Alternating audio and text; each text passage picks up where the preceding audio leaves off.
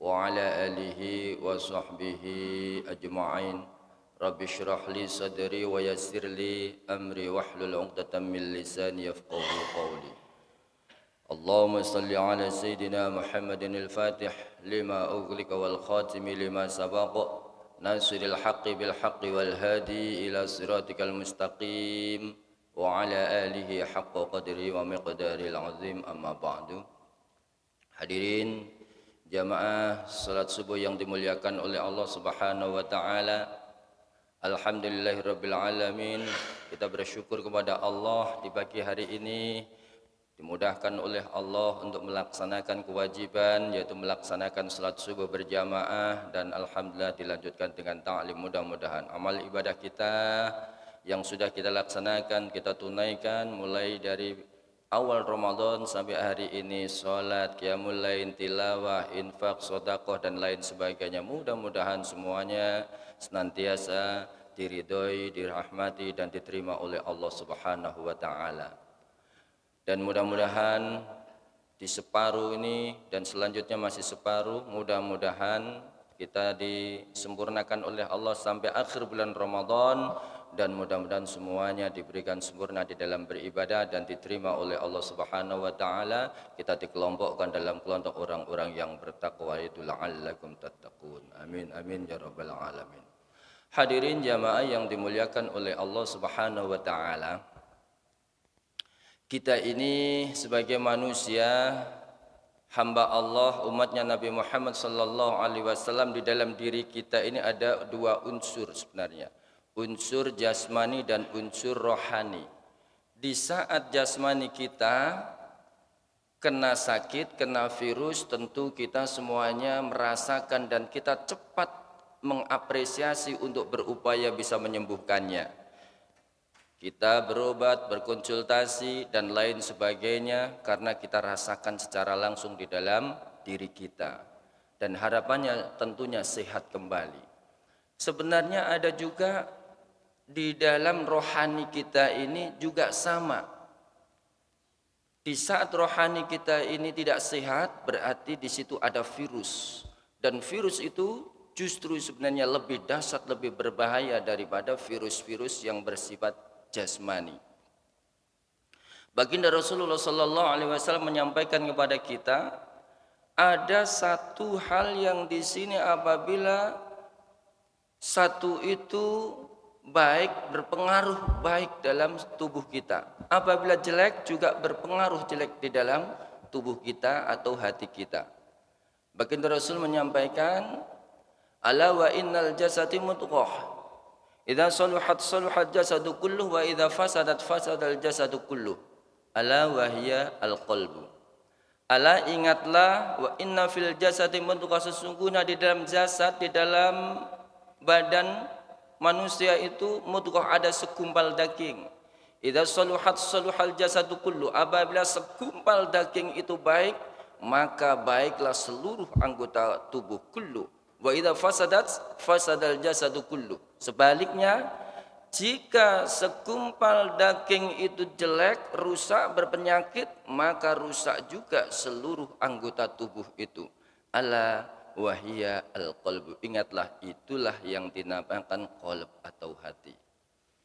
Maka hadirin jamaah salat subuh yang dimuliakan oleh Allah, kita seharusnya tahu dan paham betul terhadap penyakit-penyakit yang ada di dalam hati kita. Seperti pahamnya kita di saat kita ini kena virus jasmani.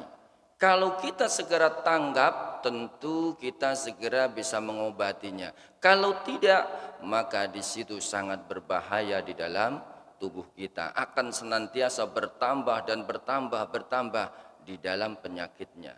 Di dalam surat Al-Baqarah disampaikan, fi qulubihim maradun fazadahumullahu marada walahum adzabun alimun bima kanu yakdzibun. Surat Al-Baqarah ayat 10 disebutkan, fi qulubihim, di dalam hati mereka itu, fi qulubihim maradun, ada satu penyakit, fazadahumullahu marada, maka Allah akan menambah penyakit itu, bertambah dan bertambah. fazadahumullahu marada wa lahum adzabun alim. Bagi mereka itulah azab siksa yang amat pedih. Bima kanu yakdzibun, dikarenakan kedustaan mereka. Artinya di dalam tubuh ini apabila kita ini mengetahui ada virus, ada penyakit, ada alergi, ada apapun yang jelek yang ada di dalam hati kita, kalau nggak segera diobati, maka di situ penyakit itu akan bertambah. Dan penyakit hati itu luar biasa banyak dan pengaruhnya dahsyat. Dan itu bisa berevolusi ke siapa saja. Ini bahayanya. Bisa ke siapa saja. Ahli ibadah kena virus, ahli sholat, ahli puasa, orang dermawan, kena virus semuanya ini. Contoh, kita sholat. Sholat itu perintah Allah. Sholat itu menjadi doa. Sholat itu yang pertama, nanti dihitung di hisab di akhirat. Tetapi kalau di situ orang itu sholatnya itu terkena virus, fawailul lil musallin. Celaka untuk orang yang sholat. Siapa yang celaka? Alladzina hum an sholatihim sahun, orang yang lalai di dalam sholatnya. Alladzina hum an sholatihim sahun walladzina hum yuraun. Begitu juga orang yang riya, pamer di dalam sholatnya. Artinya ini penyakit-penyakit hati yang bisa merasuk ke siapapun, termasuk ahli ibadah, termasuk ahli sholat. Nah, apa sih yang menyebabkan ini bisa masuk? Yang menyebabkan virus ini bisa terjadi yang merusakkan hati? Imam Hasan Al-Basri, tabi'in yang senior, paling senior, ini menyampaikan ada 6 hal yang menjadi perusak virus di dalam hati seseorang. Innal fasadal qulubi sittatu asya. Ada 6 hal yang bisa merusakkan hati. Apa yang menjadikan virus di dalam hati seseorang itu? Yang pertama, yuznibuna biroja'it taubah, yaitu orang yang senantiasa melakukan kesalahan, dosa, sadar betul, biroja'it taubah, tapi berharap, berangan-angan dapatkan ampunan kepada Allah, ampunan dari Allah Subhanahu wa taala. Bahaya ini. Tahu melakukan maksiat, tahu melakukan dosa, sadar sebenarnya, mengerti, tetapi sepertinya harapannya umur saya masih panjang, saya nanti kalau udah pensiun saja, saya nanti kalau sudah tua saja, saya nanti kalau begitu terus melakukan kemaksiatan, kezaliman, merampas hak orang lain dan lain semuanya dilakukan dengan harapan nanti akan mendapatkan ampunan dari Allah Subhanahu wa taala. Boro-boro mendapatkan ampunan.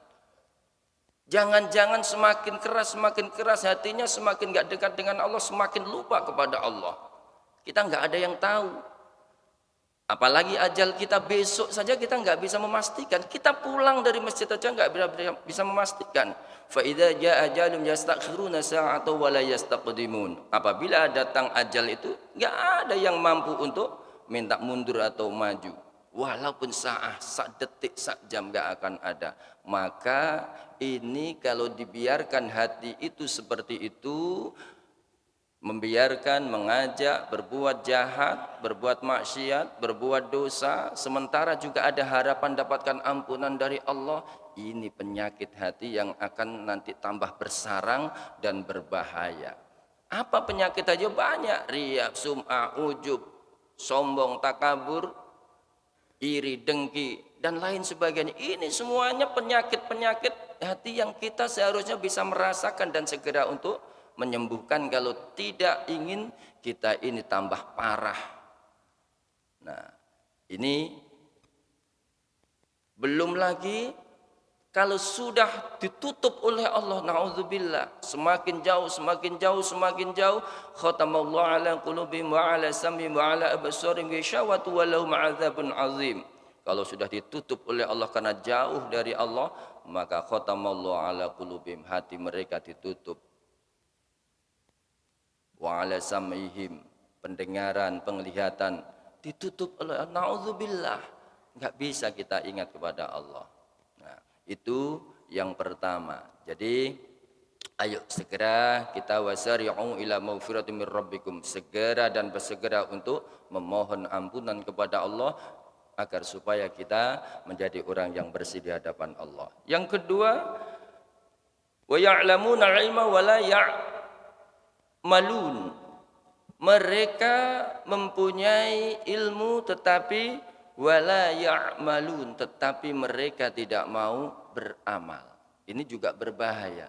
Punya modal untuk berbuat baik, untuk mengetahui mana yang bagus, mana yang tidak, tetapi itu hanya modal dipakai hanya di dalam berangkasnya, di hatinya saja, di pemikirannya saja, tetapi tidak diamalkan. Maka dikala orang ini melakukan sesuatu di situ, dia melakukannya sudah ada ilmunya, sudah tahu salah, tetap dilanggar, tetap dilakukan, maka ini menjadi berbahaya. Tahu.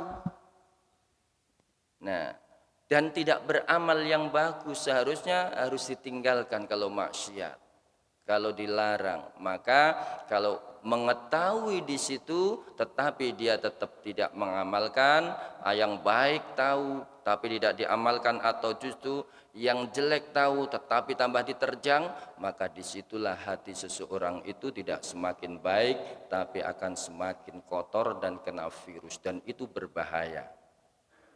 Yang ketiga, wa idza amilu la yakhlisun. Apabila orang itu atau mereka itu beramal, tadi punya ilmu tidak beramal. Ini tidak. Ini sudah berilmu tetapi tidak berhenti di situ. Bukan berarti sudah beramal bukan berhenti.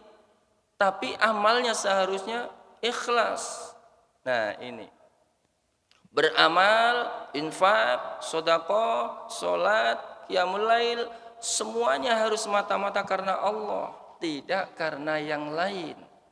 Harus ikhlas semata-mata mencari ridhonya Allah, bukan mencari sensasi, bukan mencari sesuatu yang di luar kemauan Allah. Sekarang ada di YouTube, di TikTok itu bahkan sholat sampai dibikin seperti itu, hanya konten. Nauzubillah. Ini artinya sudah ada selain Allah, walaupun bentuknya sholat, walaupun bentuknya infak, walaupun bentuknya qiyamul lail. Kalau semuanya itu bukan karena Allah, maka ini justru akan menjadikan hatinya semakin terperosok, semakin kotor, semakin virusnya bertambah.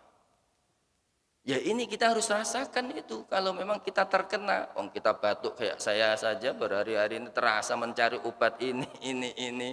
Kata orang kita coba kok. Karena saya merasakan. Coba saya merasakan hati saya seperti itu. Pasti ini segera mencari supaya tidak tambah parah. Coba dibiarkan, luar biasa kita kena virusnya. Yang selanjutnya, wa ya'kuluna rizqallah wala yashkurun. Kita itu yakin yang kita dapatkan ini adalah rizkinya dari Allah, yang kita dapatkan ini dari Allah. Dan kewajiban kita kalau sudah diberikan amanah oleh Allah, dititip rizki, apalagi diberikan kelebihan, tentu kita harus bersyukur. Bukan mengandalkan, ini saya seperti ini memang karena saya ini kaya mulai kecil. Saya seperti ini memang saya punya gelar yang seperti ini. Saya bisa seperti ini memang saya bekerja punya pabrik dan lain sebagainya. Bukan. Itu murni 100% Allah yang memberikan, hanya dititipkan sebentar. Coba diambil sama Allah, korun dibleskan ke bumi. Enggak waktu lama itu.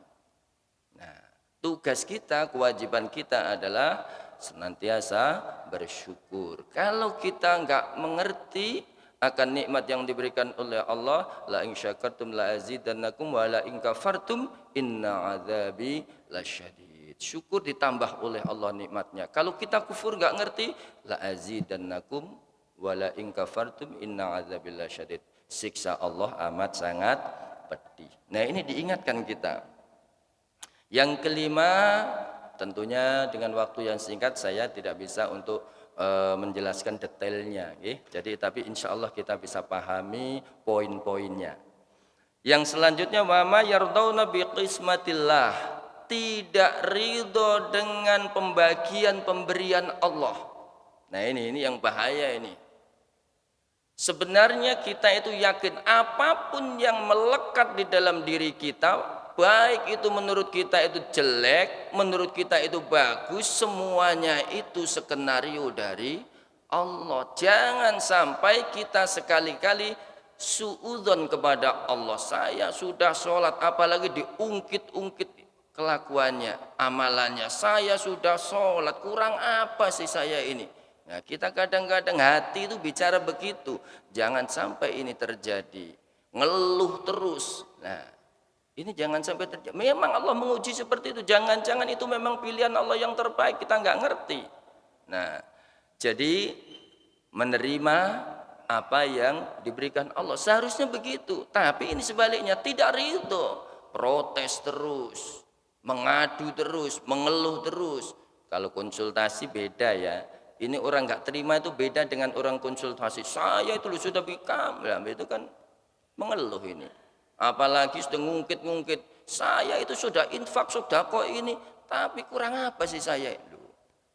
Memangnya kamu siapa? Nah kalau begitu kan, kita itu lemah sekali di hadapan Allah. Tugas kita ini ya menerima, taat, patuh. Nanti akan ditata, diatur oleh Allah. Nah itu. Jadi ridho belajar ya, kita sakit itu kalau kita mau ya protes, maunya sehat terus. Kita nggak punya, maunya ya kaya, kita lebih punya mobil 10 tingkat, ini semuanya kemauan kita. Lah itu kemauan kita, Allah nggak ngerti, Allah nggak mau itu. Nah belajar belajar untuk bisa menerima qanaah apa yang diberikan oleh Allah, tapi tetap berusaha dan berikhtiar.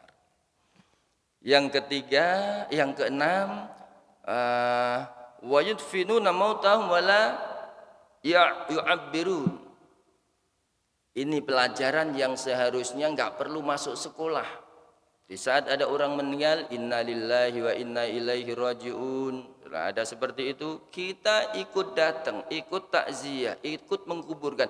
Itu pelajaran berharga sebenarnya. Tetapi dengan kematian itu tidak mau untuk mengambil pelajaran. Siap enggak kita kalau sudah dipanggil seperti itu? Kalau kita ini ada orang meninggal, akhirnya dikembalikan kepada kita, apa kekurangan kita, maka itu menjadi pelajaran dan hatinya insya Allah terbuka, amalnya berubah, ibadahnya lebih bagus. Tapi kalau itu hanya lewat saja, maka di situ tidak menjadikan hati itu terbuka, dan tentunya hatinya semakin parah kena virus. Nah, ini hadirin jamaah yang dimuliakan oleh Allah, saya tidak memperpanjang karena kalau kultum pagi kan jatahnya hanya maksimal 10 menit. Ini lebih dari 15 ini. Ini kayaknya melebihi waktu sudah ini. Mohon maaf. Jadi ini, dan saya sebenarnya ingin menyampaikan kalau penyakitnya ada mesti ada obatnya. Nah ini insya Allah nanti pertemuan yang akan datang aja kita cari obatnya bersama-sama. Mudah-mudahan kita bisa tahu dan bisa mengobatinya sehingga kita menjadi orang yang bersih, datang kepada Allah dengan biqalbin salim. Illa man atallah biqalbin salim. Itulah yang selamat, datang kepada Allah dengan hati yang bersih, hati yang sehat, hati yang diridhoi oleh Allah Subhanahu wa taala. Demikian kurang lebihnya mohon maaf. Mari kita berdoa. Ini waktu mustajabah, ini tempat mustajabah juga. Mudah-mudahan doa-doa kita, apa yang kita inginkan, apa yang kita harapkan, semuanya dikabulkan oleh Allah Subhanahu wa taala. A'udzu billahi minasyaitonir rajim. Bismillahirrahmanirrahim. Allahumma shalli ala sayyidina Muhammad wa ala ali sayyidina Muhammad walhamdulillahi rabbil alamin. Allahumma alif baina qulubina wa aslih dhata bainina wahdina sabila salam wa najjina minadh dhulumati ilan nur wa jannibna al-fawahisha minha wa ma batan wa barik lana fi absarina wa qulubina wa dhurriyyatina wa tub alaina innaka antat tawwabur rahim. Allahumma taqabbal minna ya Allah.